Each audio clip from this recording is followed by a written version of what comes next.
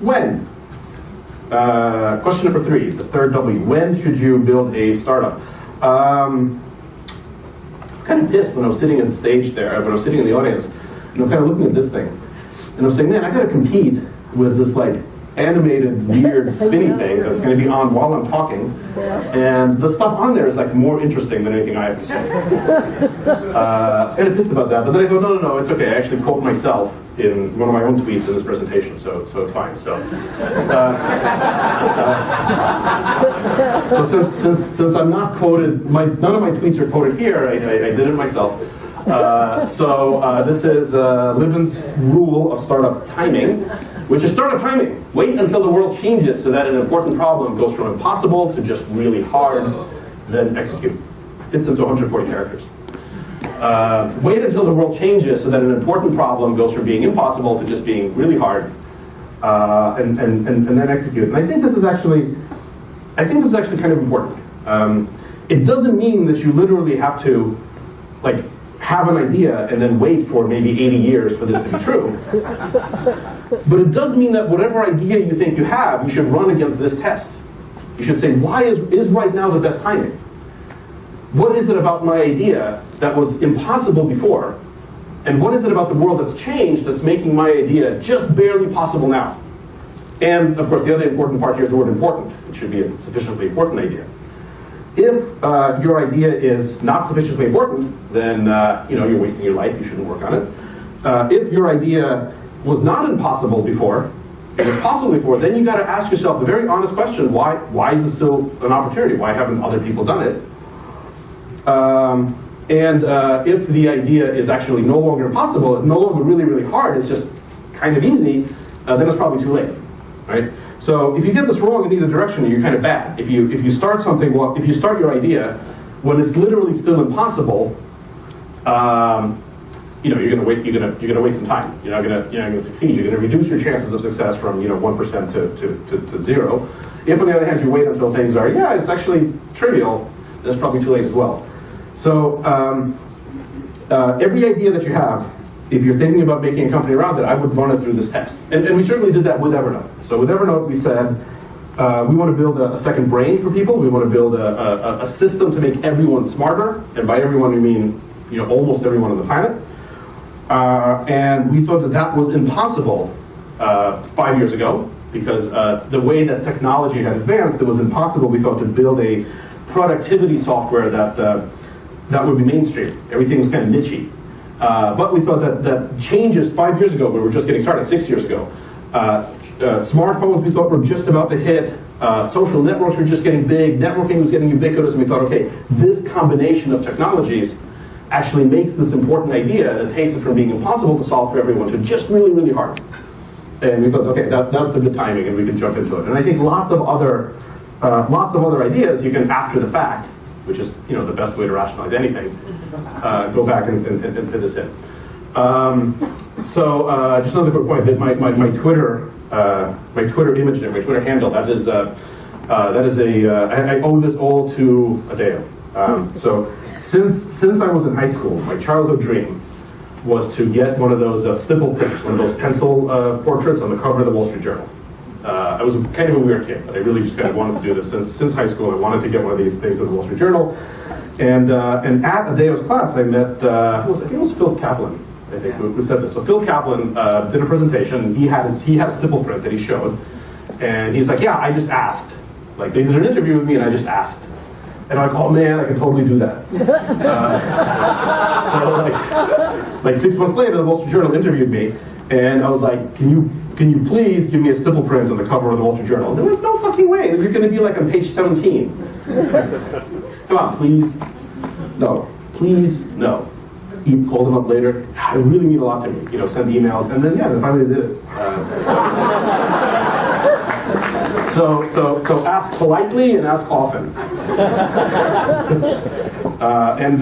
Now, when I was imagining what this would be like in high school, I just imagined that I would be in the cover of the Wall Street Journal with my portrait in one of those stipple prints for inventing the cure to cancer or something. And actually, it was a story about people who carry too much stuff in their backpacks. But whatever, it still made it on the cover, so it's good enough. Okay. Where?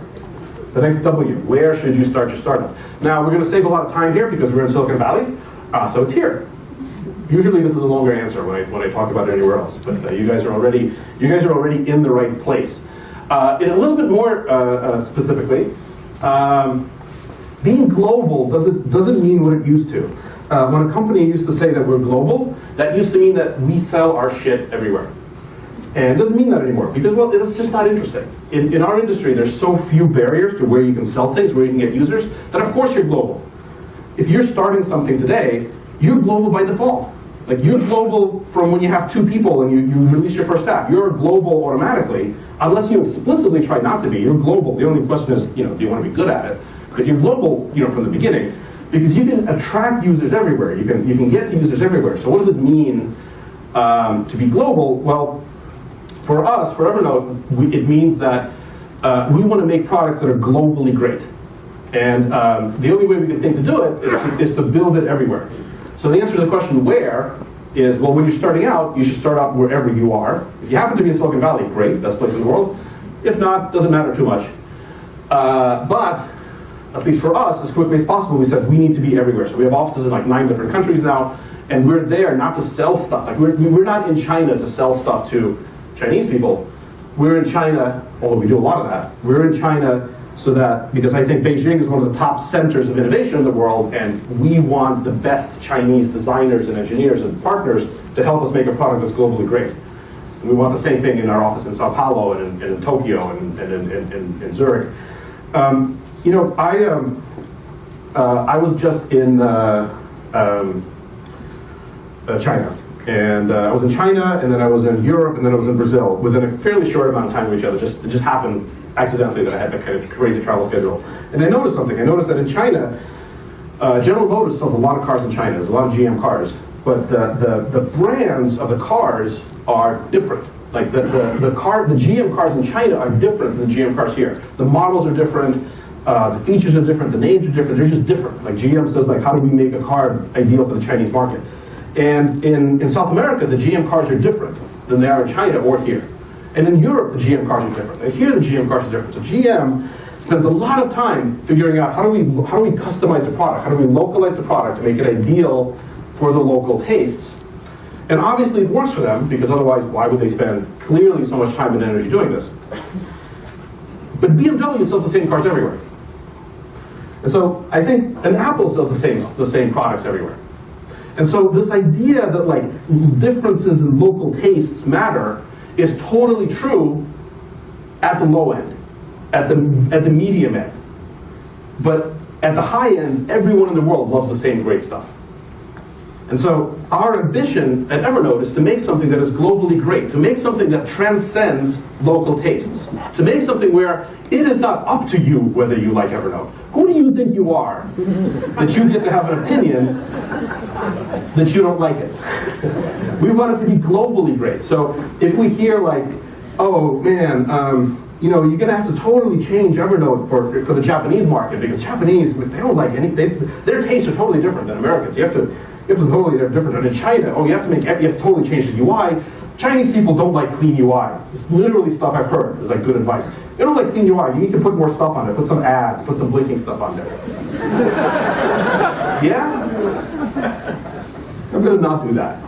I'm going to make something that tries to be globally great. And if one of our products isn't doing well in China, if people say, man, this product isn't performing well in China, my answer to that isn't like, okay, well, gee, we better figure out like how to make it more Chinese. Our answer is like, well, what sucks about it? How do we make it better for everyone? And that's why we want to be everywhere, because Apple, they're really doubling down on this "Designed in California" slogan, right? It's all like "Designed in California." They're smarter than we are. We can't do that. We can't sit in California and make products that are globally excellent, that transcend differences in local taste. The only way I can think to do it is to be everywhere in the world, which is why we're everywhere.